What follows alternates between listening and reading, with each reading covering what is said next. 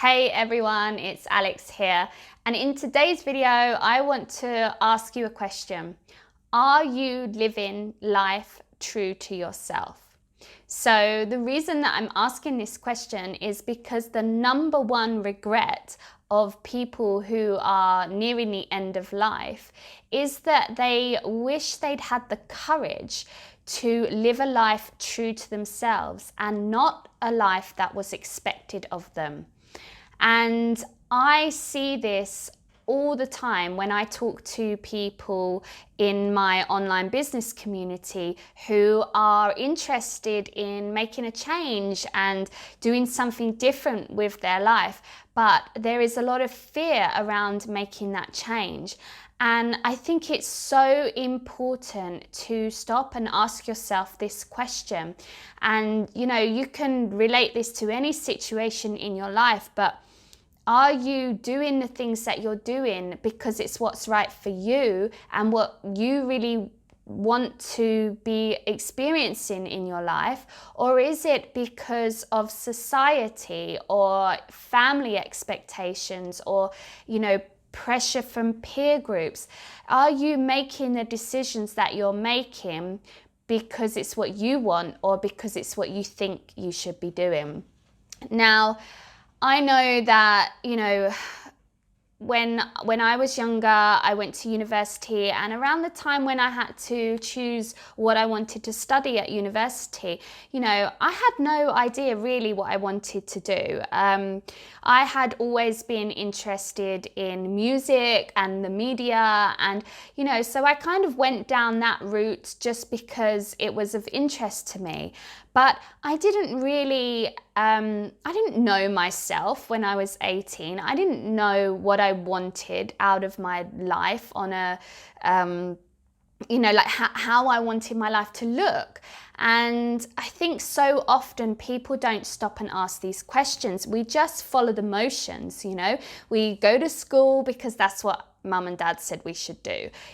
We then we go to university because that's the recommended path to take to get a good job when you leave, and then we enter the workforce. And a lot of those decisions that happen aren't necessarily the decisions that we would make if we was really to ask ourselves what we truly wanted to be doing with our lives. I know many successful people who never went to university and they absolutely love what they do. And I know many people who went to university and don't like what they're doing and, are not haven't reached the success that they expected or that was kind of said would be the case, So the reason, for this video is just to, have an opportunity to open your mind to what could be like your ideal life. What is your ideal day? What would you like to be doing if you could do anything that you wanted to do? And have you stopped to spend enough time thinking about that? So if the answer is no, then I would really recommend taking some time to sit down and just let your mind wander, become like a child again who is curious of everything and interested to explore every opportunity, and they ask questions and they want to know why, and they everything is like a miracle and amazing, and everything is so interesting and exciting. And if you can kind of bring yourself back to that space, even just for a short period of time, and start to let the mind wander and really dream big. Don't limit yourself, don't hold yourself back, and ask yourself, what would you be doing if you could do anything that you wanted to do? What would you do for work? Where would you live? Who would you be with? How would you spend your day? What time would you get up in the morning? What's the first thing that you would do? Would you be surrounded by friends and family, or would you be alone somewhere in a ashram in India meditating? Whatever it is, take some time to explore what those things are for you. And then ask yourself if what you're doing in your life on a day-to-day basis is going to get you there. Because quite often what happens is the dream that we have for ourselves, or the ideal day that we want to create for ourselves, in reality, what we're doing every day is not going to get us there. For example, like if I want to create my own online business and have a successful online business so that I can work for myself, wherever I like, from anywhere in the world, whenever I want, be location free, be financially free, be my own boss, then am I going to get there if I'm going to my corporate 9-to-5 job every day and slaving away working for somebody else, and then coming home from work so exhausted after the commute and the traffic and all the day's activities at work and all the stress, and then spending 2 hours every evening watching Netflix? Like, is that going to bring me to the place that I want to be? Is that going to create my ideal day for me? Probably not.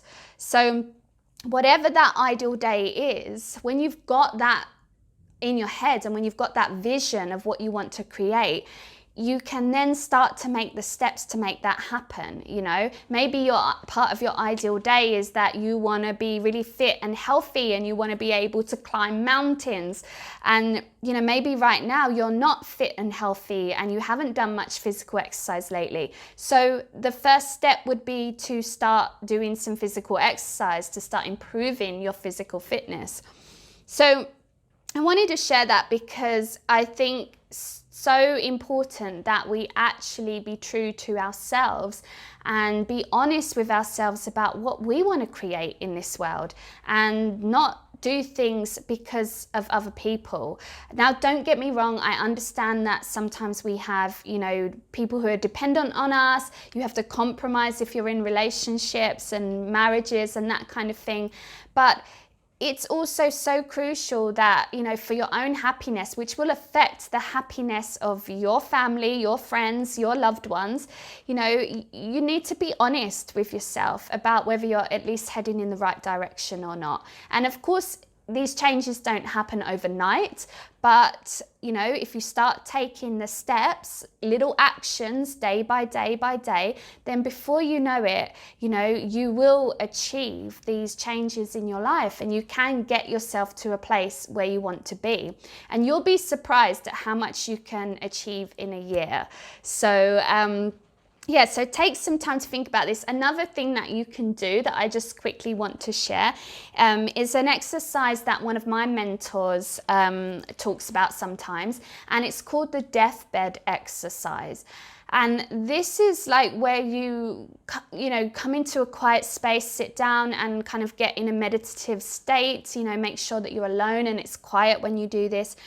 And you close your eyes and you imagine yourself on your deathbed. So it's not something we all like to think about, but it's really useful for this exercise. And imagine that you're, lying there in a hospital bed, you're surrounded by your family and your friends, your loved ones, and that, you only have maybe a few minutes or, hours at the most to live, and you're literally starting to fade away.